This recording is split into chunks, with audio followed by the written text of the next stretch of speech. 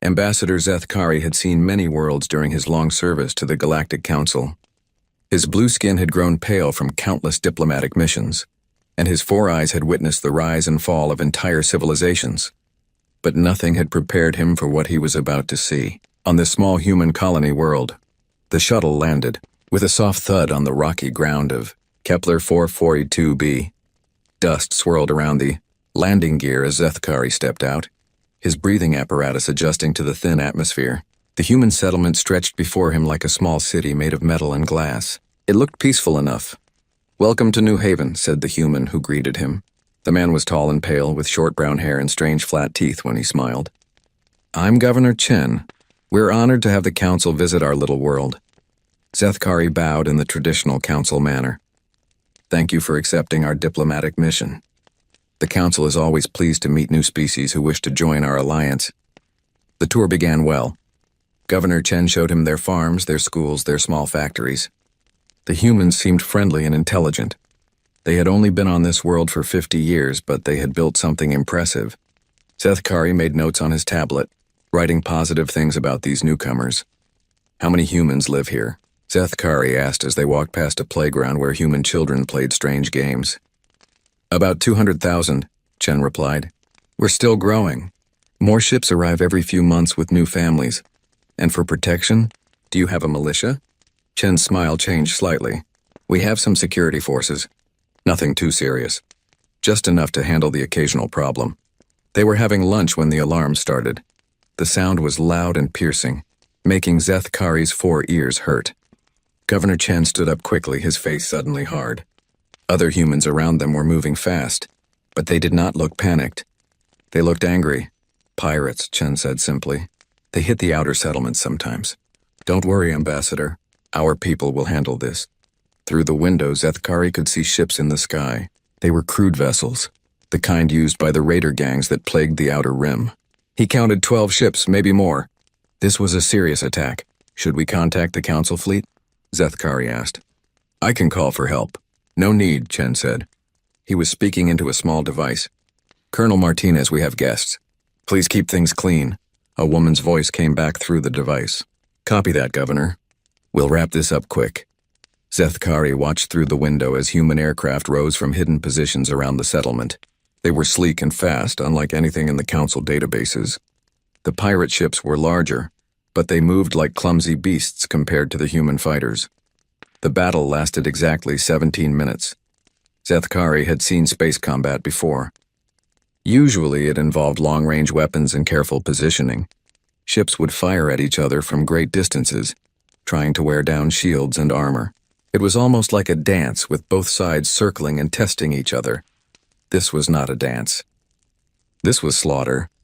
The human fighters moved in perfect formation, striking the pirate ships with surgical precision. They did not circle or test. They attacked like predators hunting prey. One after another, the pirate vessels exploded or crashed to the ground in flames. "Impressive," Zethkari said, trying to keep his voice steady. "Your pilots are very skilled." Governor Chen was watching the battle with calm eyes. "They're good kids. Most of them learned to fly in the military before coming here." "Military?" "Earth's armed forces. Standard training for our fighter pilots includes combat experience. These particular pilots served in our regular infantry before transferring to air support." Regular infantry. Zethkari made a note of that phrase. These skilled pilots had started as ground soldiers. The last pirate ship tried to escape, but it never made it to space. A human fighter caught it just above the atmosphere and sent it tumbling back down in pieces. "Clean sweep," came Colonel Martinez's voice through Chen's device. "No survivors, no survivors." Zethkari felt a chill that had nothing to do with the thin air. "What happens now?" he asked. "Now we clean up the mess and get back to work," Chen said. "The salvage crews will strip anything useful from the wrecks. The rest gets recycled." A few hours later, Zethkari met Colonel Martinez. She was a small woman with dark skin and quiet eyes that seemed to see everything. Her uniform was simple and practical, not fancy like the dress uniforms of council officers. "I hope the noise didn't disturb your visit, Ambassador," she said.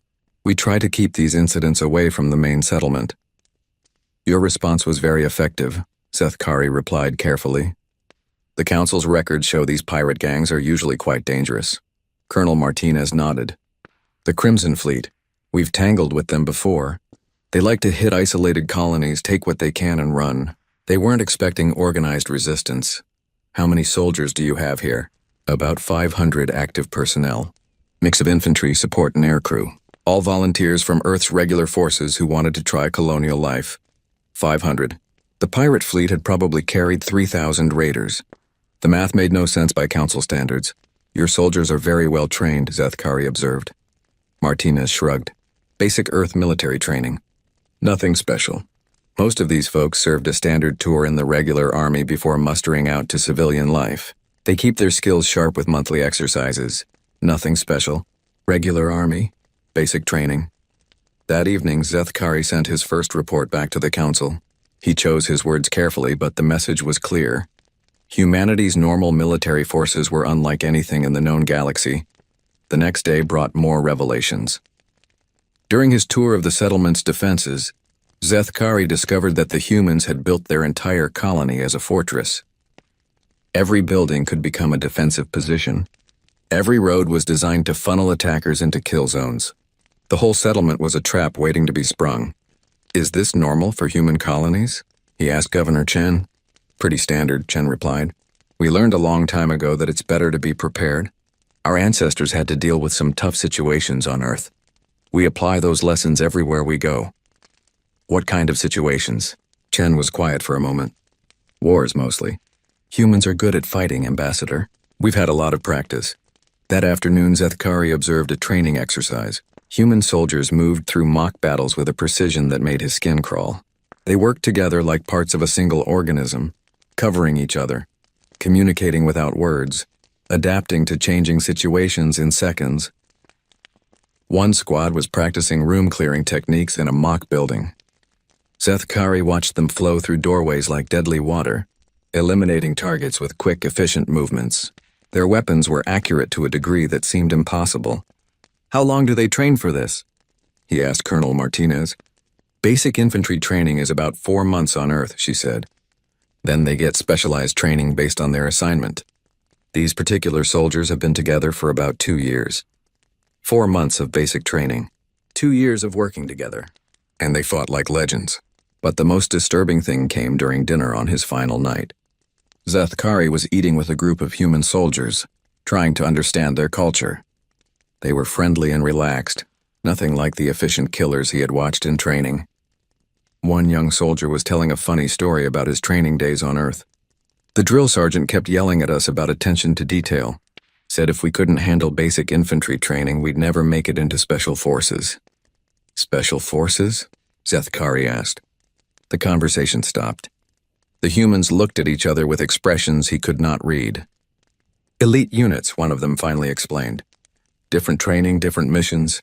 Most of us regular army folks never see them in action. Are there special forces soldiers on this world? No, Colonel Martinez said quickly. Just regular infantry, support personnel, and pilots. Special forces handle different kinds of operations. After dinner, Zethkari walked alone through the settlement.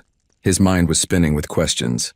If these humans were just regular soldiers, what were their elite forces like? What kind of threats required training beyond what he had witnessed? He found his answer in an intercepted communication that his shuttle's equipment picked up by accident.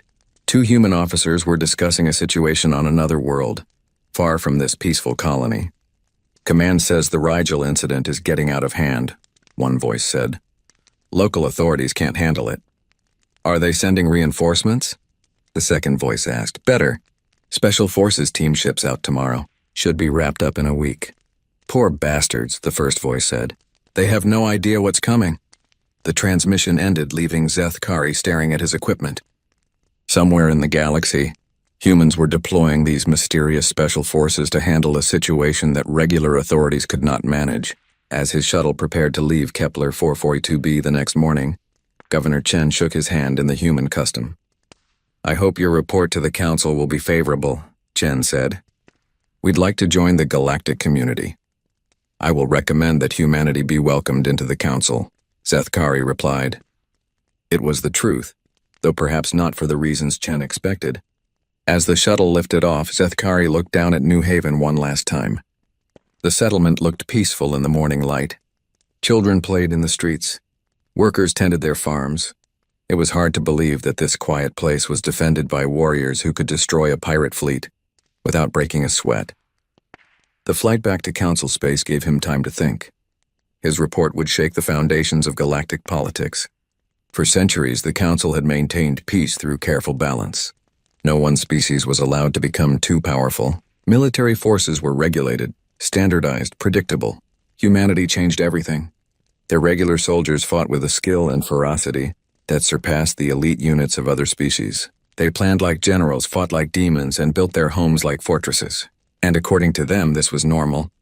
What were their special forces like? 3 days later, Zethkari stood before the Council Assembly on the Great Station at Centauri Prime. Representatives from 100 worlds listened as he delivered his report. The chamber grew quieter with each detail he shared. In conclusion, he said, I recommend that humanity be granted full Council membership immediately, but I also recommend that we treat their military capabilities as a matter of galactic security. The questions came fast and sharp. You say their pilots were former infantry soldiers?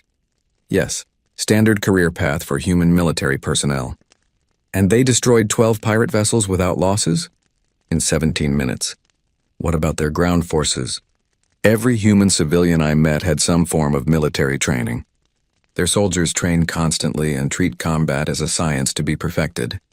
The hegemony representative, a large reptilian being named Korath, stood up. Ambassador Zethkari, in your opinion, could humanity threaten Council security? Zethkari considered his words carefully.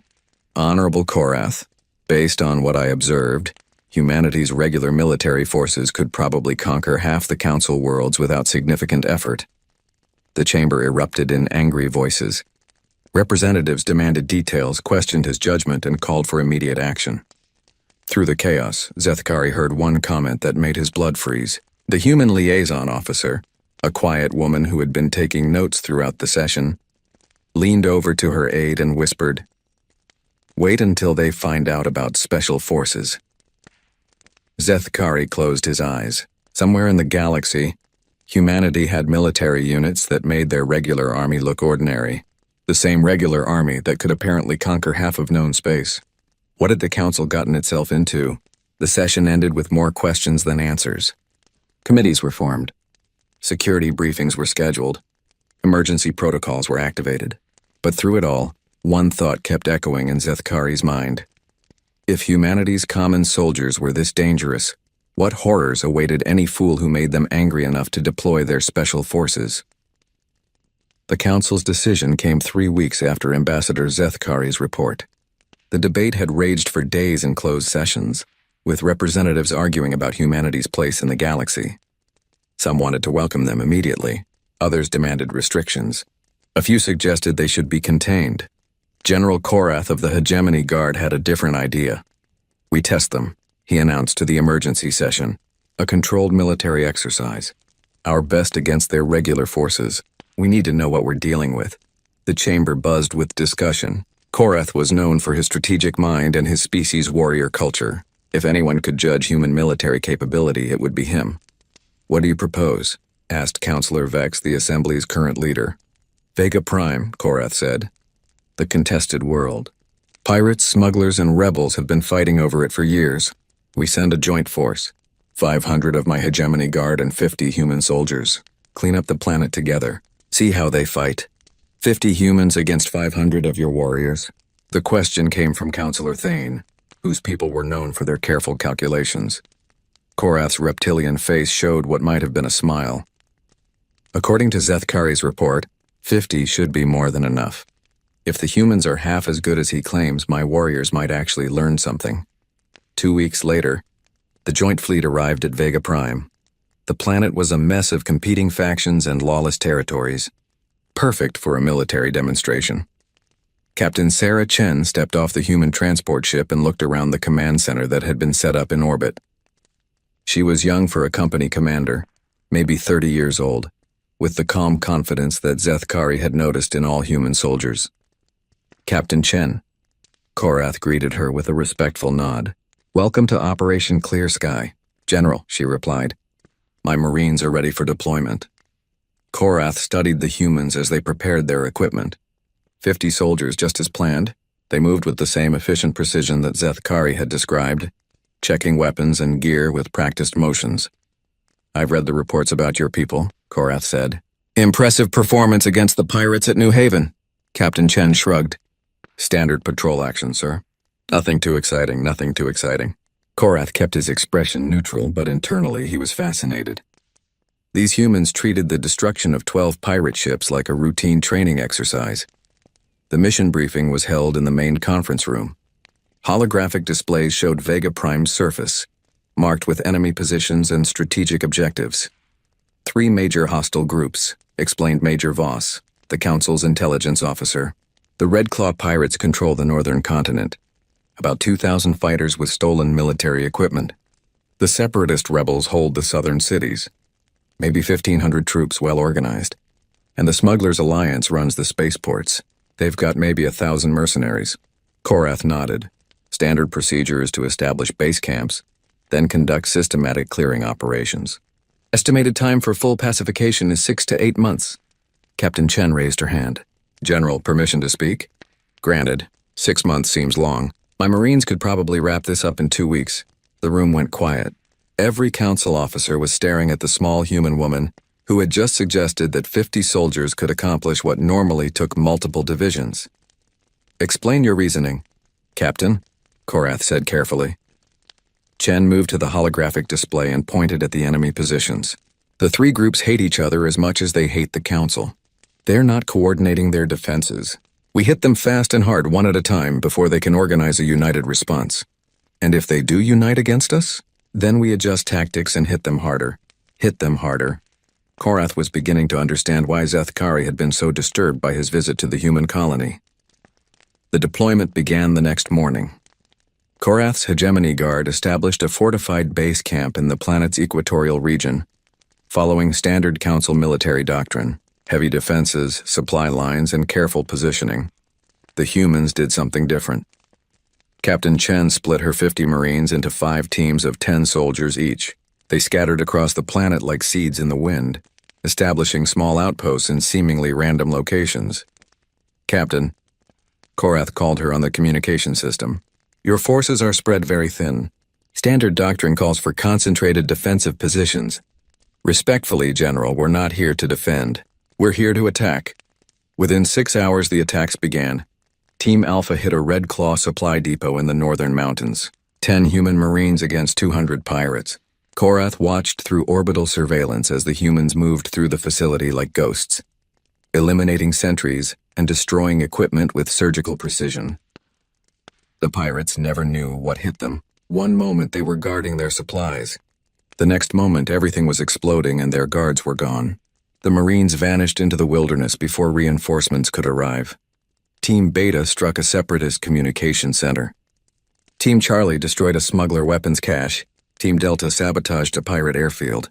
Team Echo hit a rebel command post all within 12 hours of landing. "Impossible," muttered Major Voss, staring at the tactical displays. "They're moving too fast. No force can maintain that operational tempo." But the humans were just getting started.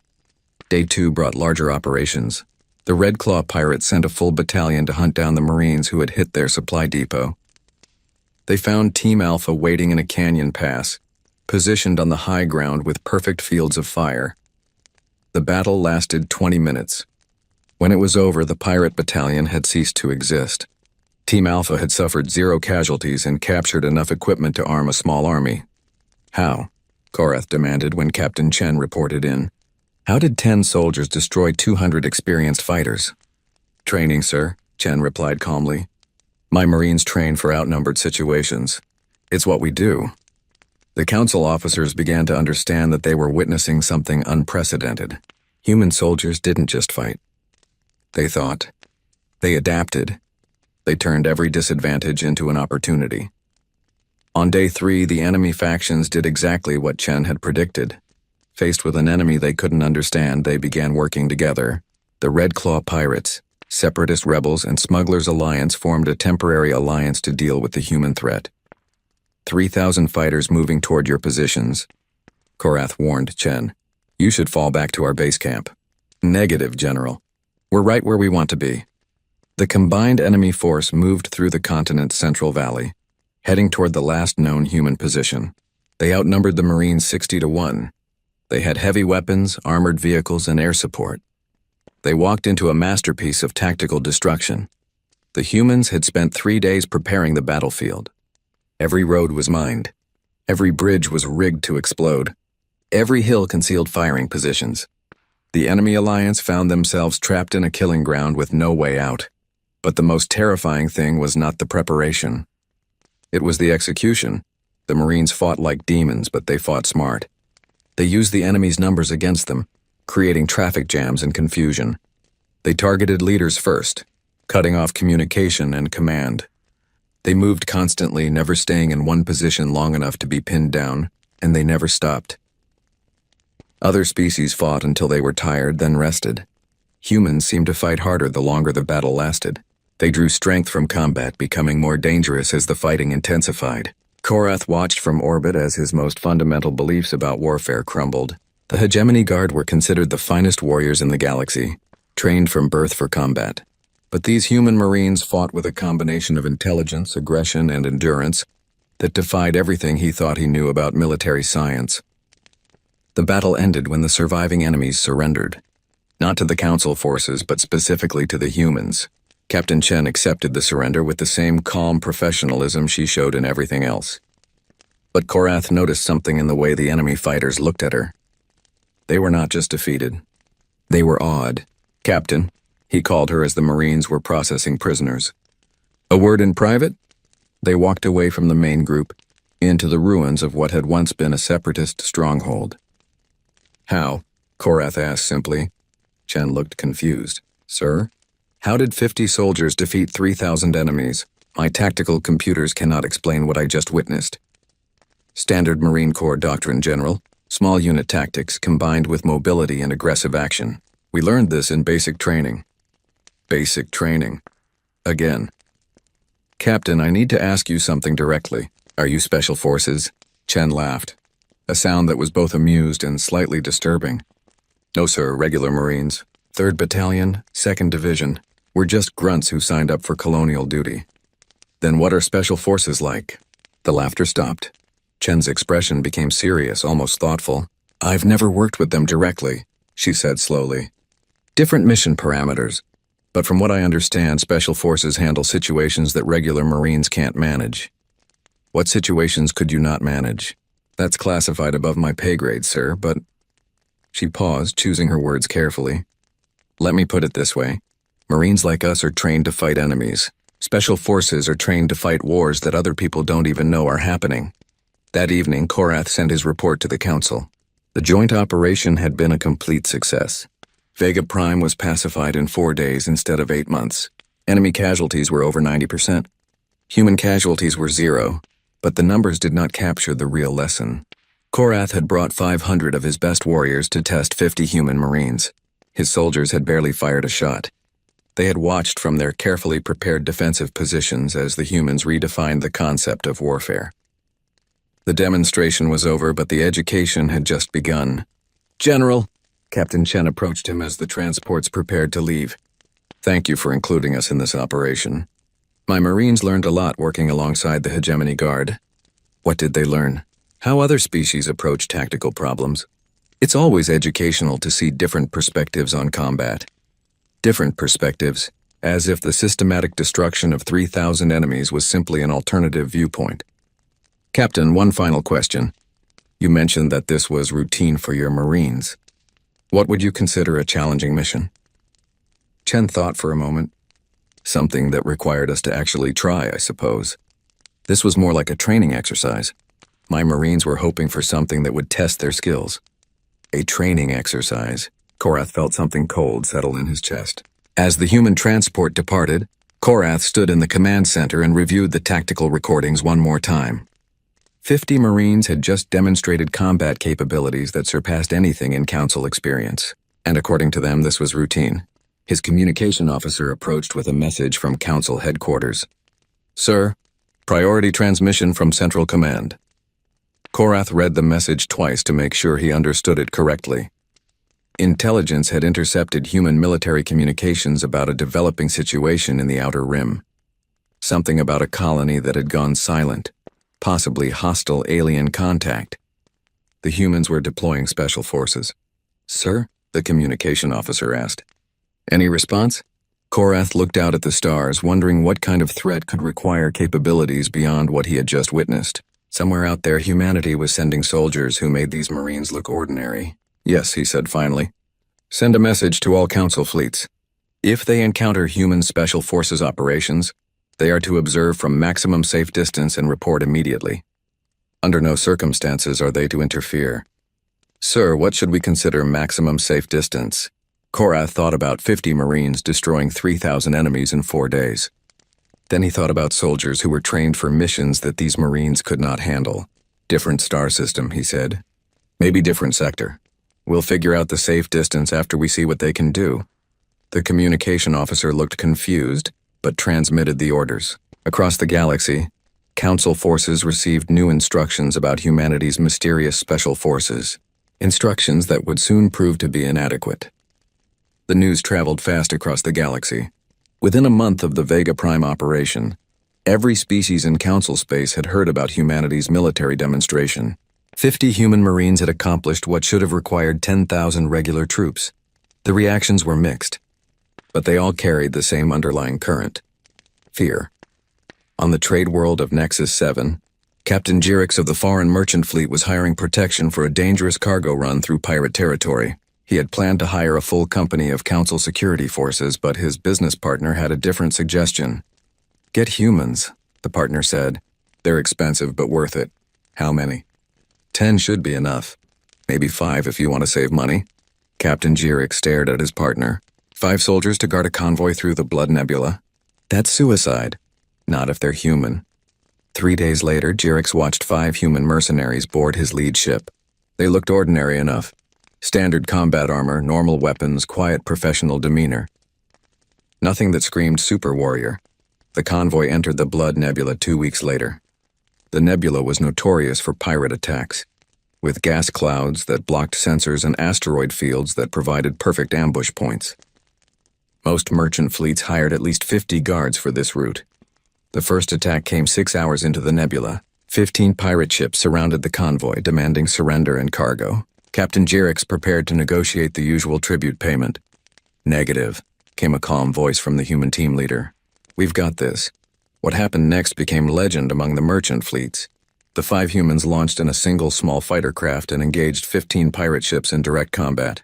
The battle lasted 12 minutes. When it was over, 14 pirate ships were debris. The 15th was limping away at maximum speed, broadcasting a warning to all pirate frequencies.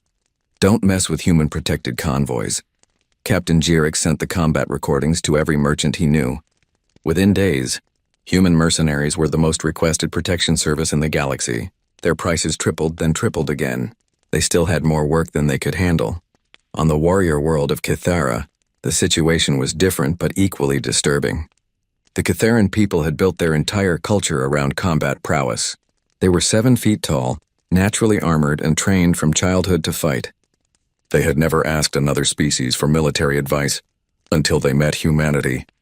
"Impossible," growled War Chief Thornax as he reviewed the Vega Prime records. "No species is naturally this good at warfare." His aide, a younger warrior named Korvek, disagreed. "Chief, what if they're not naturally good? What if they're trained to be this good?"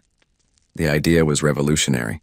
Most species treated combat as an art or a cultural tradition. The Kytherans fought with honor and courage, following ancient codes of behavior. But the humans in the recordings fought like scientists, analyzing problems and implementing solutions with cold efficiency. War Chief Thornax made a decision that shocked his entire world. He requested human military advisors. The response came from the Human Colonial Administration. "We can send some retired Marines to help train your forces. Fair warning, our methods might seem unusual."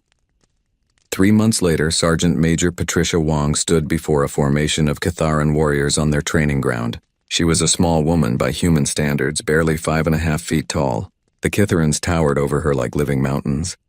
"I understand you folks are warriors," she said in accented galactic standard. "That's good. Warriors I can work with. But we're going to change how you think about fighting. The first lesson was simple: forget honor. Honor gets you killed, Wang explained as she demonstrated human combat techniques. Your job is to complete the mission and come home alive. Everything else is secondary. The Kitharans were horrified. Their entire martial culture was based on honorable single combat, facing enemies with courage, dying gloriously if necessary. Wang showed them recordings of human soldiers in action. Marines who used cover, struck from ambush, coordinated attacks with ruthless efficiency. There was nothing dishonorable about their tactics, but there was nothing traditional either. We don't fight fair, Wang said bluntly. Fair fights are for sports. War is about winning. The training was brutal. Wang taught them small unit tactics, combined arms coordination, and adaptive battlefield thinking. She broke down their instinctive fighting patterns and rebuilt them from the ground up. Stop thinking like individual warriors, she told them. Start thinking like parts of a weapon system. 6 months later, a Kitharan strike force using human training methods defeated a force 3 times their size in a border skirmish with the neighboring Zellan Empire. The victory was so complete that the Zellans requested immediate peace negotiations. How did you do it? Asked the Zellan ambassador during the ceasefire talks. War Chief Thornax looked uncomfortable. We learned new methods from human advisors. The ambassador's translator had trouble with the concept. You mean humans taught you to fight? They taught us to win. News of the Kitharan transformation spread through military circles across the galaxy. If humanity could teach the galaxy's natural warriors to be better at their own profession, what did that say about human capabilities? The answer came from an unexpected source. On the research station at Centauri Prime, Dr. Yalith was studying the human military data that had been collected since first contact. She was a xenobiologist, specializing in species development and evolution. Her analysis was meant to understand how humans had developed such effective combat capabilities. Her findings terrified the Council. Humans are not naturally better warriors than other species, she reported to the Assembly. They are naturally better at learning to be warriors. The distinction was important. Most species were either born fighters like the Kitharans or peaceful civilizers like the Aquarians. Humans seem to be born adapters. Their brains are structured for rapid pattern recognition and tactical flexibility. Dr. Yalith continued. They can learn any combat system and then improve it. More importantly, they can teach these improvements to others. Counselor Vex raised a tentacle. What are the implications? Any human military unit becomes more effective over time. They don't just maintain their skills, they develop new ones. And they share these developments across their entire military structure. The chamber was quiet as the implications sank in. Humanity's military advantage was not static. It was growing. But the real revelation came when Dr. Yalith presented her analysis of human military structure. Based on intercepted communications and observed deployment patterns, humans divide their military into distinct categories, she said. Regular forces handle conventional warfare. Special forces handle unconventional situations. What kind of unconventional situations? Asked General Korath. Unknown. Human special forces operations are classified at levels that our intelligence services cannot penetrate, but we can make inferences from their training patterns. The holographic display showed a comparison chart. Regular human forces trained for conventional combat scenarios, fighting other armies, defending positions, conducting standard military operations. Their training was intense but familiar. Special Forces training was different. The data was fragmented, but it suggested preparation for situations that other species had never even considered. Combat in impossible environments. Warfare against non-standard opponents. Operations that violated normal tactical principles. In essence, Dr. Yalith concluded, humans have created military units specifically designed to handle problems that we don't know how to define. The implications were staggering. Humanity's regular forces were already superior to anything in the galaxy. Their special forces were apparently trained for threats that other species couldn't imagine. The debate that followed lasted for hours. Some representatives wanted to demand more information about human special forces. Others suggested restrictions on human military activities.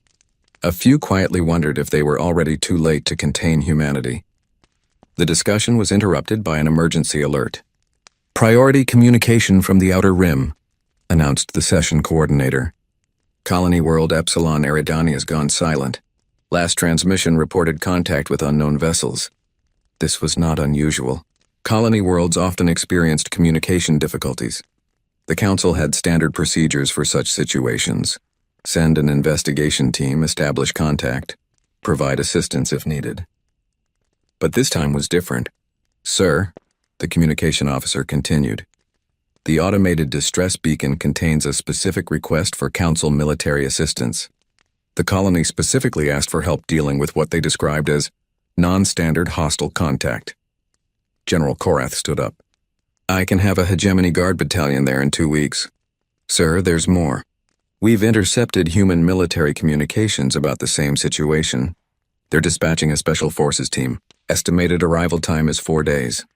The chamber went completely silent. Somewhere in the galaxy, there was a threat serious enough to require Council military intervention, and humanity was sending them mysterious special forces that no one understood.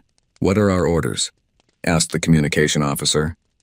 Councillor Vex looked around the chamber. Every representative was thinking the same thing. This was their first chance to see human special forces in action. Dispatch our fastest ship to Epsilon Eridani, Vex decided. Observation mission only. They are not to interfere with human operations, but they should record everything. What if the humans request assistance? Then we provide it. But I doubt they will. 3 days later, the Council observation ship arrived at Epsilon Eridani to find a situation unlike anything in their records. The colony world was intact, but it was surrounded by vessels that defied classification. They were not ships in any traditional sense, more like living organisms that moved through space without apparent propulsion. And they were hostile. The colony's defensive systems had been overwhelmed in hours. The strange vessels had landed and deployed what could only be described as biological war machines. The human colonists were trapped in their settlements, fighting for survival against enemies that seemed to exist outside normal tactical parameters. This is why they called for special forces, realized Captain Valdris, the observation ship's commander. Regular forces wouldn't know how to handle this. 2 hours later, the human special forces team arrived. Captain Valdris had expected a large task force like the ones the Council would have sent. Instead, a single human ship entered the system. It was small, sleek, and completely unfamiliar in design. Council observation vessel, came a transmission from the human ship. This is Special Forces Team 7. We appreciate the backup, but you should maintain safe distance. We're going in hot. Team 7. A single team was going to handle a situation that had overwhelmed an entire colony's defenses. What happened next became classified at the highest levels of Council security. The official record stated only that the threat at Epsilon Eridani was neutralized with minimal casualties and no lasting damage to the colony. But Captain Valdris's personal log, discovered years later, told a different story. The human special forces team had landed and disappeared into the colony within minutes.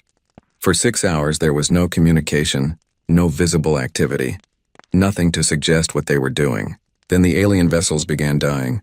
One by one, the strange biological ships stopped moving. Their war machines collapsed.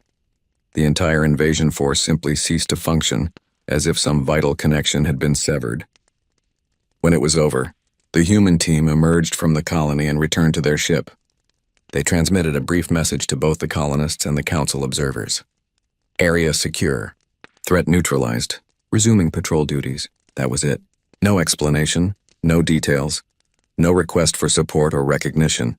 They had faced an enemy unlike anything in galactic records and eliminated it in less than 8 hours. What did you see down there? Captain Valdris asked during the brief communication exchange. The reply came from someone who identified himself as Team 7's leader. His voice was calm, professional, and completely matter-of-fact. Non-standard biological incursion. Probably scouting force from outside the galaxy. Standard Special Forces response protocol. Nothing too challenging. Nothing too challenging. Captain Valdris stared at the recordings of the alien vessels and their war machines. This was a threat that would have required the entire Council fleet to handle, and these humans had dismissed it as routine. As both ships prepared to leave the system, Captain Valdris received one final transmission from the human Special Forces team. Thanks for keeping watch, Council ship. Glad you folks were here in case things got interesting. In case things got interesting. As if what they had just witnessed was boring. The Council observers returned to Centauri Prime with recordings that changed everything. Humanity's special forces were not just elite soldiers. They were something entirely new. Warriors trained to handle threats that no one else could even identify. And according to them, this had been a routine operation. Dr. Yaleth's follow-up report was brief but chilling. Based on observed performance at Epsilon Eridani, human special forces appear to be designed for warfare against opponents that operate outside normal physical and tactical parameters. The implications for galactic security are unprecedented. The Council faced a new reality. They shared the galaxy with a species whose regular military forces could conquer most known civilizations, and whose special forces were trained to fight enemies that existed beyond the edge of nightmares. And humanity considered both capabilities to be perfectly normal. The alarm bells at Council Central Command had not stopped ringing for 3 days. In the main operations center, holographic displays showed a nightmare spreading across the galaxy's outer rim.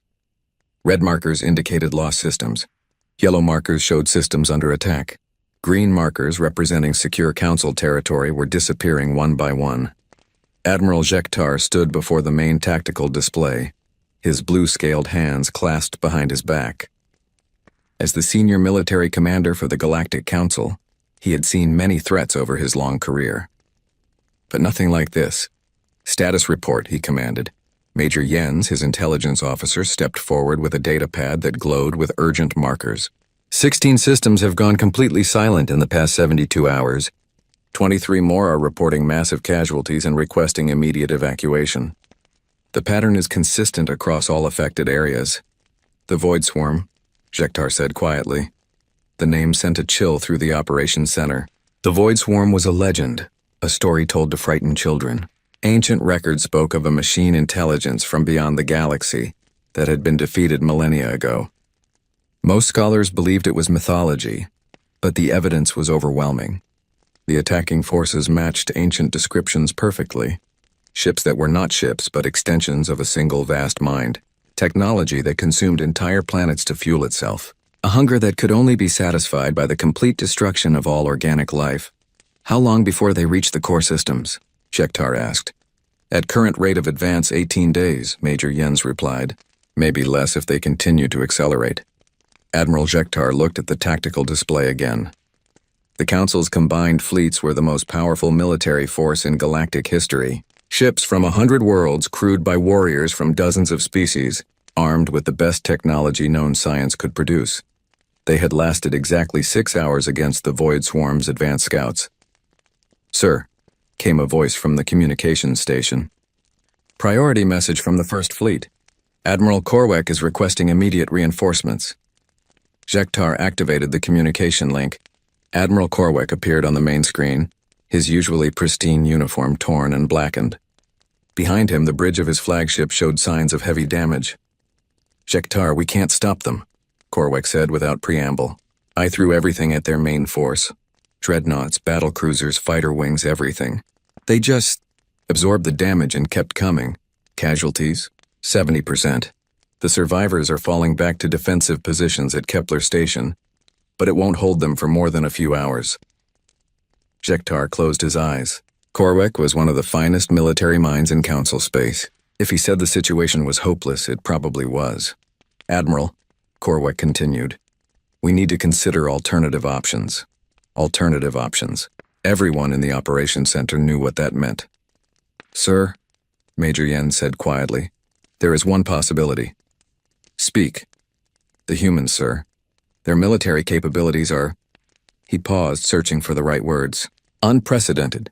Jektar had been dreading this moment since the first reports came in. The Council had spent months debating humanity's place in the galaxy. Some saw them as valuable allies. Others viewed them as a potential threat. But no one questioned their effectiveness. Contact the human ambassador, Jektar ordered. Request an immediate meeting. Ambassador Sarah Mitchell arrived at Council headquarters within hours. She was a middle-aged woman with graying hair and tired eyes, the kind of diplomat who had spent her career dealing with complicated situations. But when she entered the operations center and saw the tactical displays, her expression became very serious. Admiral, she said after reviewing the situation reports. How can humanity help? We need military assistance, Jektar replied bluntly. The Council's fleets cannot handle this threat. Your forces might be able to make a difference. Ambassador Mitchell was quiet for a long moment, studying the tactical data. When she spoke again, her voice carried a weight that had not been there before. "Admiral, this is not a situation for our regular forces. I don't understand. The Void Swarm operates outside normal tactical parameters. It's not a conventional enemy that can be defeated through superior firepower or better tactics. This requires special forces." There it was. The mysterious human special forces that had become the subject of fearful speculation throughout the galaxy. "Can you contact them?" Jektar asked. "They're already on the way." The response surprised everyone in the operations center. "Already on the way?" "We've been tracking the Void Swarm's return for several months," Ambassador Mitchell explained. "Our deep space monitoring stations detected the first incursions into this galaxy. Special forces teams have been preparing for this scenario." "You knew this was coming and didn't warn us?" "We weren't certain until 3 days ago. And frankly, there was nothing conventional forces could do to prepare for this kind of threat." Admiral Jektar felt a mixture of anger and relief. Anger that humanity had kept such critical information secret. Relief that they apparently had a plan. "What do your special forces need from us?" "Stay out of their way," Ambassador Mitchell said simply. "And be prepared to evacuate civilian populations from the outer rim systems. This is going to get worse before it gets better." 2 days later, the human Special Forces fleet arrived at the edge of Council space. Admiral Jektar had expected something impressive, but what he saw defied his understanding of military science. The fleet consisted of 12 ships, each one completely unlike anything in the known galaxy. They were not built for conventional warfare. They were sleek, organic-looking vessels that seemed to shift and adapt even as he watched them through long-range sensors. "Admiral," Major Jens reported, "the human ships are not responding to standard communication protocols. They're using some kind of encrypted system that our computers cannot decode. Keep trying."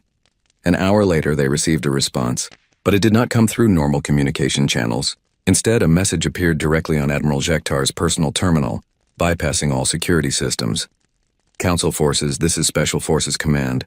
We appreciate your assistance in civilian evacuation efforts. Military operations will commence in 6 hours.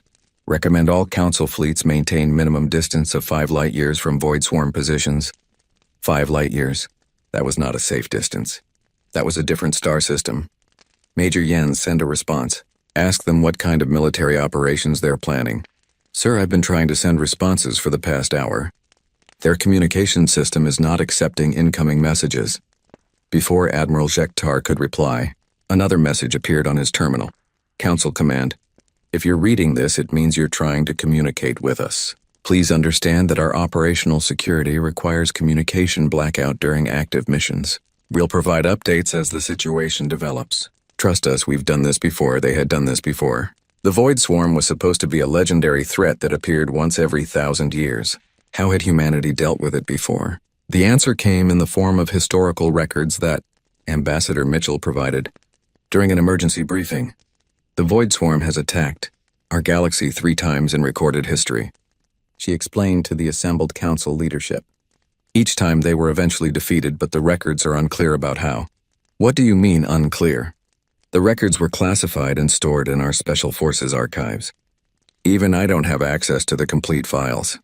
But what I can tell you is that humanity has been preparing for the swarm's return for over 200 years. 200 years. Humanity had been planning for this threat since before they made contact with the Council." "What kind of preparations?" asked Counselor Vex. "I don't know the details. But I can tell you that our Special Forces units are specifically trained and equipped for warfare against non-standard opponents. The Void Swarm qualifies as non-standard." Non-standard. Admiral Jektar was beginning to hate that word. The first phase of human operations began 6 hours later, exactly as promised. Admiral Jektar watched through long-range sensors as the 12 human ships approached the Void Swarm's main force. The swarm had grown since its arrival in Council space. What had started as a few dozen vessels had become a massive cloud of interconnected machines that stretched across several light hours. It moved like a living thing, consuming everything in its path and using the resources to build more of itself. The human ships disappeared into the swarm cloud. For 12 hours, there was no communication, no visible activity, nothing to indicate what was happening inside the massive enemy formation. Council sensors could not penetrate the swarm's interference field. All they could do was wait. Then the swarm began to change. It started as small irregularities in the cloud's movement pattern. Sections that had been perfectly coordinated began operating independently. Parts of the formation started moving in different directions, as if the swarm's central coordination was being disrupted. "What are they doing in there?" wondered Major Jens. They got their answer when the first human status report arrived. "Council Command, this is SF Team Alpha. Phase 1 complete. We've successfully infiltrated swarm network nodes and planted disruption packages. Initiating Phase 2. Infiltrated. The humans had not attacked the void swarm. They had snuck inside it. Over the next 24 hours, the reports continued to arrive. SF Team Beta reporting. Command Node 7 neutralized. Local swarm units showing signs of independent behavior. SF Team Gamma. Package deployment successful. Swarm communication network experiencing cascade failures. SF Team Delta. Primary hive mind interface located. Beginning surgical strike. Admiral Jektar realized that humanity was not fighting the void swarm in any conventional sense. They were performing some kind of technological surgery, cutting into the enemy's command structure and disrupting it from within. But the most disturbing reports came from the teams that were not involved in the technical operations. SF Team Epsilon. Psychological warfare protocols initiated. Swarm intelligence showing signs of emotional distress. Emotional distress. The void swarm was a machine intelligence. It was not supposed to have emotions. SF Team Zeta. Counterintelligence operation successful. Swarm hive mind attempting to communicate. Translation protocols active. The void swarm was trying to communicate with the humans who were systematically destroying it. Admiral Jektar requested clarification on this point, but the response was not reassuring. Council Command, this is SF Team Leader. Swarm intelligence is experiencing something analogous to fear. This is normal for operations against hive mind opponents. Phase 3 will commence when psychological preparation is complete. Fear. The humans were making the void swarm afraid. Phase 3 began 36 hours after the initial infiltration. Admiral Jektar watched through sensors as the massive swarm cloud began to contract, pulling its scattered units back together. But this was not a tactical withdrawal. This was panic. All swarm units are retreating toward the galactic edge, Major Jens reported. They're abandoning their advanced positions and running. Running from what? The answer came in the form of a final message from the human Special Forces. Council Command, this is Special Forces Command. Mission accomplished. Void Swarm Intelligence has been convinced that continued operations in this galaxy will result in its complete destruction. It is withdrawing to extragalactic space and will not return. How did you convince it? We showed it what happens to hive minds that threaten humanity. Admiral Jektar stared at the message, trying to understand what the humans had done. They had not destroyed the void swarm through superior firepower. They had not outmaneuvered it through clever tactics. They had terrified it into leaving. Sir, Major Jens said quietly, there's one more message coming in. The final transmission was brief but chilling. Council Forces, this is Special Forces Team Leader. The void swarm has departed galactic space and will not return. However, it has transmitted a general warning about humanity to all machine intelligences in the local galactic group. We recommend that the Council prepare for possible contact with other artificial species, seeking information about human capabilities. Standard response should be, we suggest you find a different galaxy. The operations center was silent for a long time after that message. Finally, Counselor Vex, who had been observing the entire operation, spoke up. Admiral, what exactly did we just witness? Admiral Jektar looked at the tactical display, which now showed clear space where the void swarm had been. I think we just saw humanity fight a war that we didn't know was possible. What do you mean? They didn't just defeat the enemy. They fought the enemy's mind. They made a machine intelligence experience fear and convinced it that resistance was futile. The implications were staggering. Humanity's special forces were not just trained for unusual combat situations. They were trained for warfare against opponents that existed on completely different levels of reality. Sir, Major Jens interrupted, we're receiving a transmission from Ambassador Mitchell. The human diplomat appeared on the main screen, looking tired but satisfied. Admiral, I hope the Council is pleased with the resolution of this crisis. Our Special Forces teams are returning to their normal patrol duties. Normal patrol duties? Deep space monitoring, threat assessment, that sort of thing.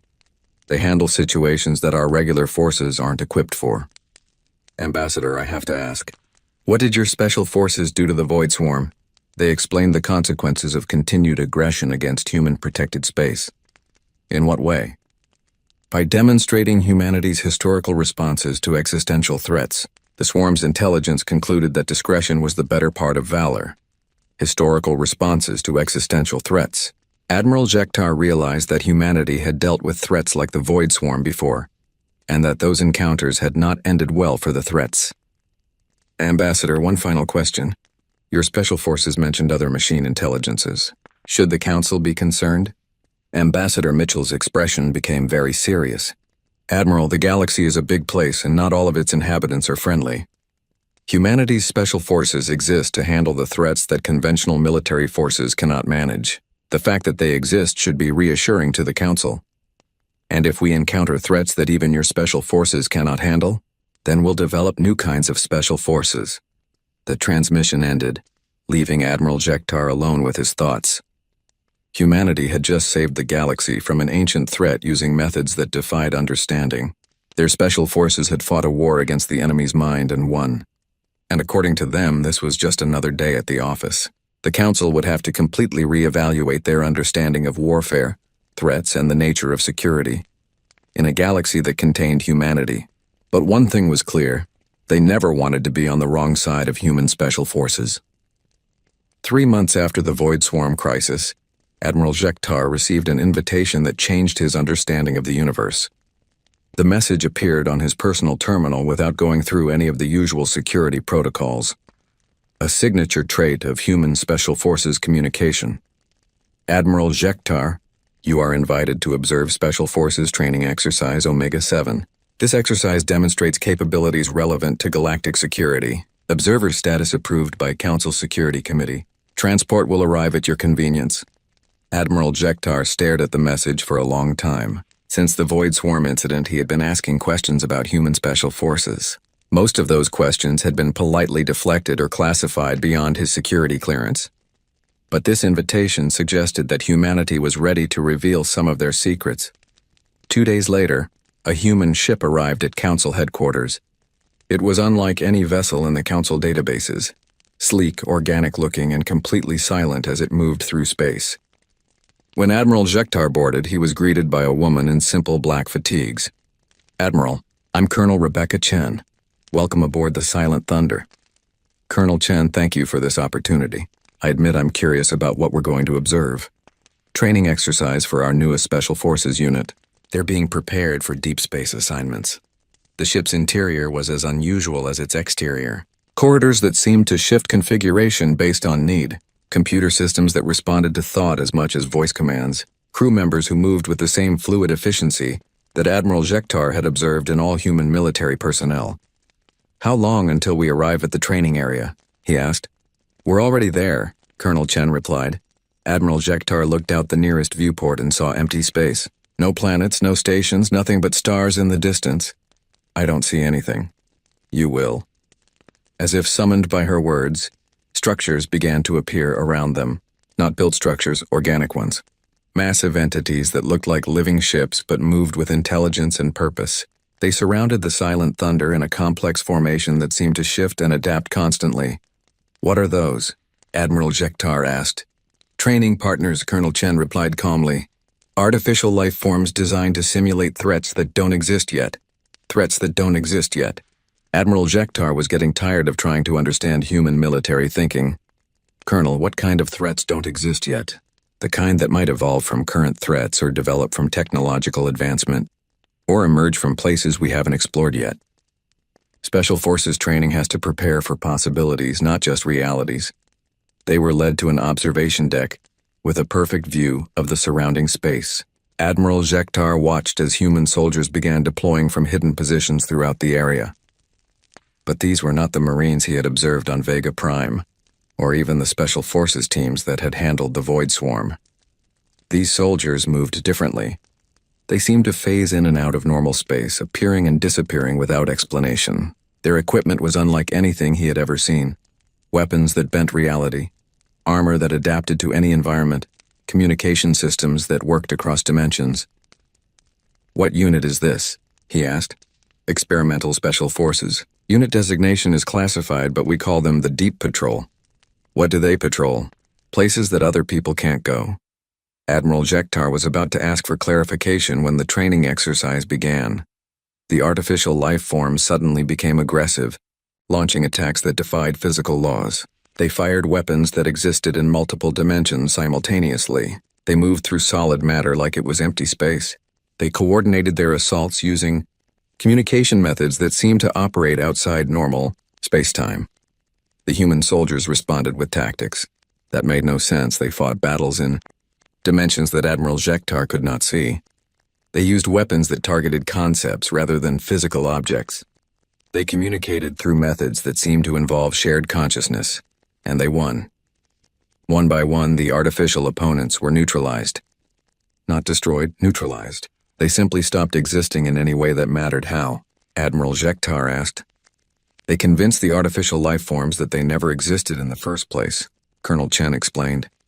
It's the advanced form of reality warfare. Reality warfare. Admiral Jektar realized that he was completely out of his depth. "Colonel, I need to understand something. The Marines we observed on Vega Prime, the Special Forces teams that handled the Void Swarm, and now these Deep Patrol units, are they all part of the same military organization?" "Different levels of the same concept," Colonel Chen replied. "Regular forces handle conventional threats. Special Forces handle unconventional threats. Deep Patrol handles impossible threats." "What's the difference?" "Regular forces fight enemies that follow physical laws. Special Forces fight enemies that ignore physical laws. Deep Patrol fights enemies that exist outside physical laws entirely." Admiral Jektar felt something cold settle in his chest. "Colonel, what kind of enemy exists outside physical laws?" "The kind that creates physical laws in the first place." Before Admiral Jektar could respond, alarms began sounding throughout the ship. But these were not warning alarms, they were notification signals. "What's happening?" "Real mission alert," Colonel Chen said, her expression becoming serious. "Deep Patrol has been activated for an actual operation." They hurried to the command center, where holographic displays showed a region of space that Admiral Jektar did not recognize. It was not empty space, it was something that had never been space, where the normal rules of reality simply did not apply. "What am I looking at?" "Incursion from outside our reality framework," explained the ship's captain. "Something is trying to enter our universe from a place where our universe doesn't exist. Is that possible?" "Unfortunately, yes. It happens about once every few centuries. Usually the incursions collapse on their own because they can't maintain existence in our reality framework.